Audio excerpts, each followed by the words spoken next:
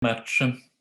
So I'm interested with the difficult task to presenting a work which is larger than life. And because the Book of Ceremonies is unique in many ways. Written probably in the end of the 940s by order of Emperor Constantin VII, the Porphyrogénète, it is basically a collection of ceremonial protocols to provide guidelines for the major celebrations involving the imperial court. Major liturgical feasts, imperial coronations, triumphs or marriages, circus events. Constantine considered it was indispensable after the reign of his despised father-in-law Romanus Lecapen, who let ceremonies fall into neglect. As you know, the book 1 contains the ceremonies linked to the liturgical feasts, in parallel to the Typicon of Dresden on the side of the Patriarchate. And the book 2 contains what could be termed civil ceremonies. In fact, rather probably anything that couldn't be put into the liturgical feasts. The chronicle range of the collected documents is impressive. Through the previous work of Peter the Platis, it goes back to the 5th century, with the Emperor Leo's coronation, and in some parts added to the national collection, described Nicephorus Phocas' rise to power in 963. Glosses inserted into the text, sometimes after Constantine, need to be illustrated and dated. The text could be compared to an archaeological stratigraphy, piling up documents of very different periods, but leaving to the reader the uneasy task of identifying the chronology. Typically, the redactors use the protocol of a real past event to construct a general protocol purge of names and dates, and modern historians were forced to guess the real event by clues like the number of emperors in the imperial college, of empresses or imperial children, and so on. The viewpoint is sometimes unexpected. For example, the Book of Ceremony was written under the Macedonian dynasty, which came to power thanks to the assassination of Michael III, as you know. But it refers to Michael III always as to the pious Emperor Michael, contrary to most Macedonian-related texts which slander him. The Book of Ceremonies also includes some extraordinary administrative documents, as the financial accounts of 10th century expeditions against Syria and Crete. Moreover, the Book of Ceremony uses the language of the administration, the military, and the court, and not the artificial literary Greek of most Byzantine Greek texts. Parallels are often rare, and the philological task is exhausting. Indeed, every included document must be considered for its own sake. The manuscript edition is very limited, since it was intended to be used only inside the imperial court. There is only one nearly complete witness, the famous manuscript of Leipzig. The present edition, I show you a bit of it, of the 6 volumes, of course, has 958 pages, plus the 6 volumes for indexes and glossary. Seeing that one can easily understand why the 18th century edition by Reiske, based on the Leipzig manuscript, remained practically the only one for centuries, even if it was used, in fact, through the Bonn edition at the beginning of the 19th century, which copied Reiske's edition, included the second part, still unpublished when Reiske died. One can also easily understand why the present edition required, in fact, 30 years of work, beginning with the initial project of Gilbert Dagron, who thereafter invited Bernard Flusin and other scholars, especially Denis Feissel and Constantin Zuckerman. Not me, as you know. I was incompetent for that. To contribute to different parts of this so complex source. Basically, the global philological assessment and edition relied on Bernard Flusin. the result in an achievement of many respects. One, the dated text is much more scientifically grounded and closer to the manuscripts.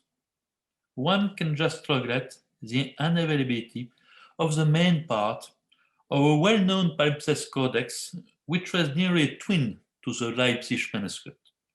Second, the analysis and datation of the different layers of text has been pushed much further than the former path-breaking studies of Bury a century ago, and provide a much better base for the work of historians.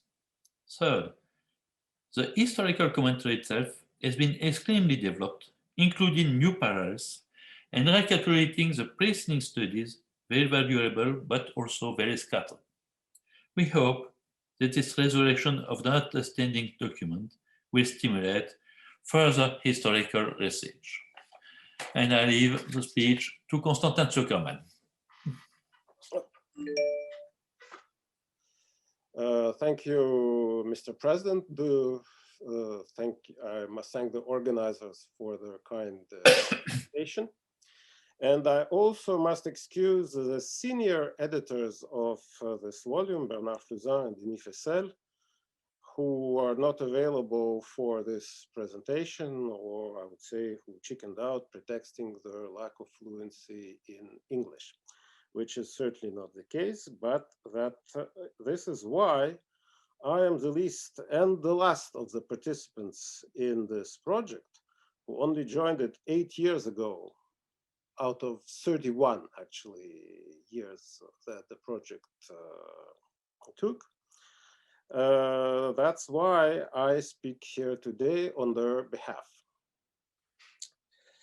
Now, if I had the talent of the late Ihor Shevchenko, I would bring down Constantin Porphyrogénète out of Uranopolis or wherever he is to present this compendium of the court rituals.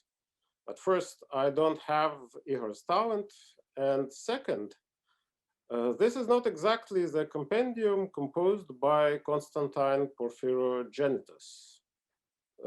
Despite the name on the title.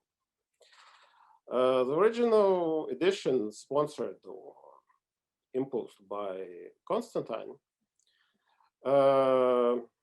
which was produced, no doubt, in only one copy, has not been preserved. What we edit in these monumental 6 volumes is the second edition, dating from the early reign of Nicephorus Phocas, which existed in 2 copies and which fared better therefore, thus showing the importance of making a backup copy even for a 10th century text. We can't know what would have been Constantine's opinion of this second edition, or of other edition of this edition. And thus, not being the author myself, I wish to speak not about the Book of Ceremonies, which has been presented by Vincent, and which actually does need much presentation to the present audience, but of the Paris edition of it. The main and the first aim of the editors from the very beginning was to make this huge and very heterogeneous compendium as accessible as possible to both to a Byzantinologist and to a medievalist of a more general profile. It was foreseen from the very beginning by Gilbert Dagron that the commentary will occupy a substantial place in the edition. And this is why, if I reveal old secrets, it was not planned from the beginning for it to be published in the Corpus Fontium, which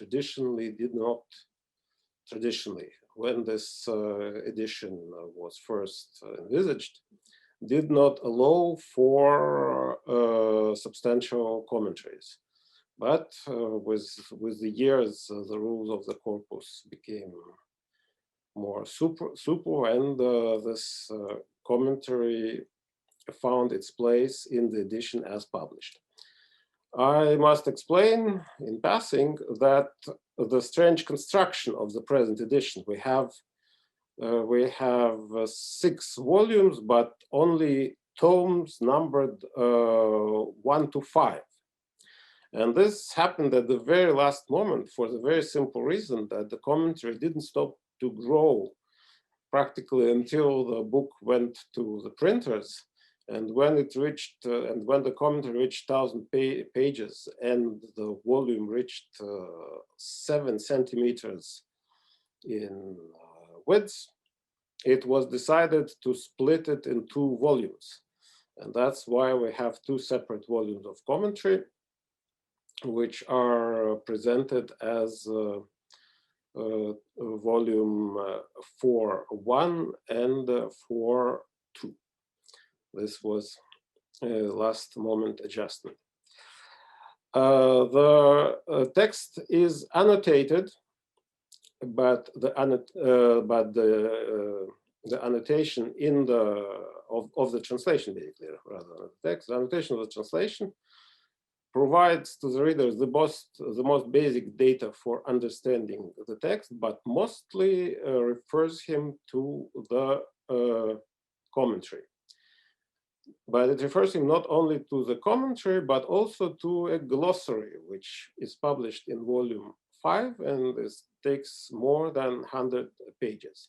That was also the initial idea of Gilbert Dagron, who wrote practically all of the glossary, to which we made a few subsequent additions. What is this glossary? The glossary, well, I would say it's a replacement of the Oxford Dictionary of Byzantium, but it provides detailed surveys on major monuments, major notions, major institution of mentioned in the Book of Ceremonies. And I recommend this tool to the reader very much. That is, it can be useful.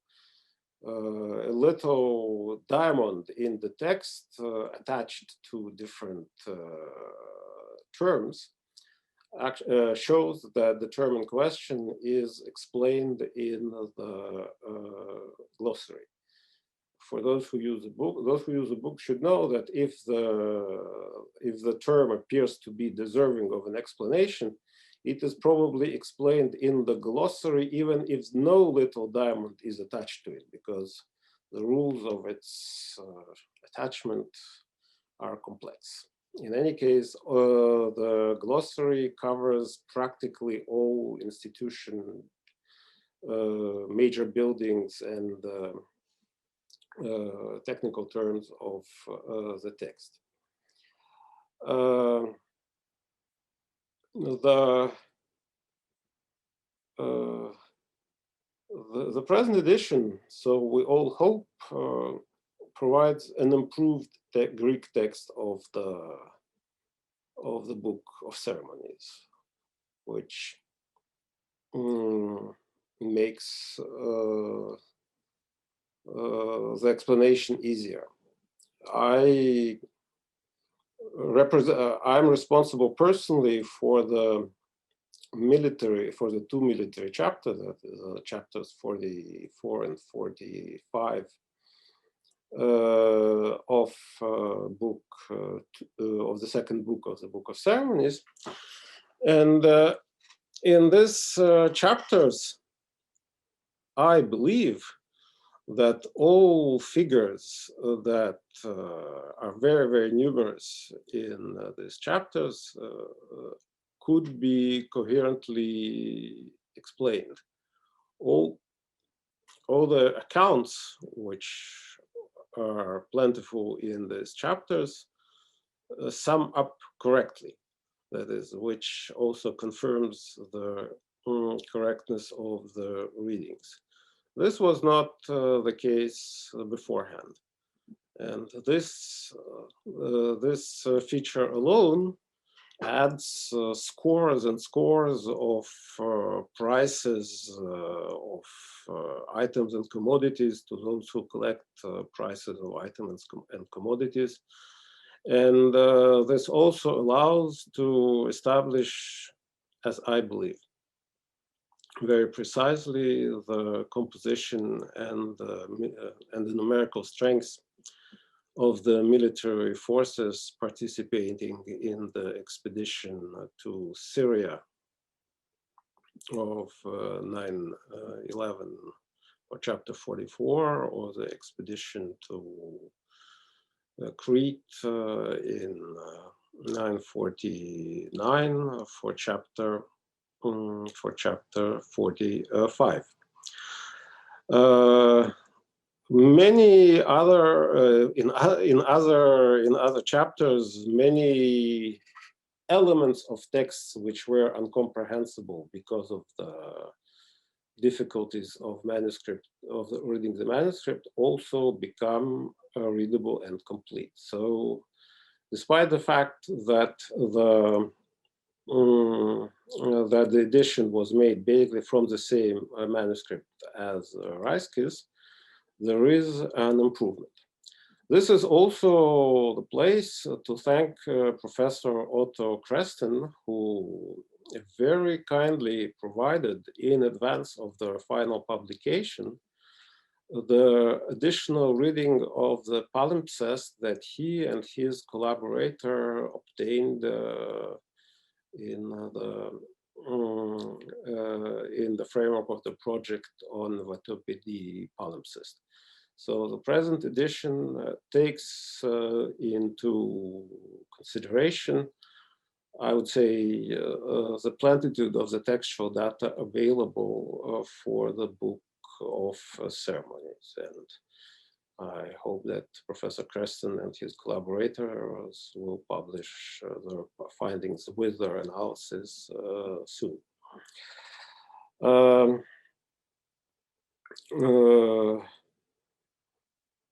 This is also a place to insist on the fact that the commentary, however extensive in certain aspects, that does not inspire and couldn't aspire to exhaust the topics. I can suggest to the reviewers of this book, some of whom I think are present in the audience, the obvious, I would say, lacunae of the commentary. For example, there was no attempt made to provide, on the basis of the text published, any new reconstructions, material reconstructions of the palace or the palace interior, or any of any topographical elements. That is, the commentary touches occasionally on this aspect, but this was not the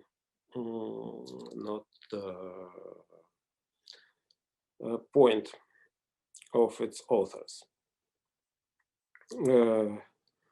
However, what this edition does contain, and that's the last element on which I should dwell, is the indices that were composed by Dr. Michel Stavrou, and which occupy about 250 pages in volume 5, allow an easy orientation in the book. And I think finding any institution, I'm not speaking about name, but finding any institution, notion, and whatever one might be looking for by under whatever angle it is presented. To the extent, and the last item, or rather, Constantin, yeah. Time is passing. Okay, I stop. Thank you. Well, we wait questions.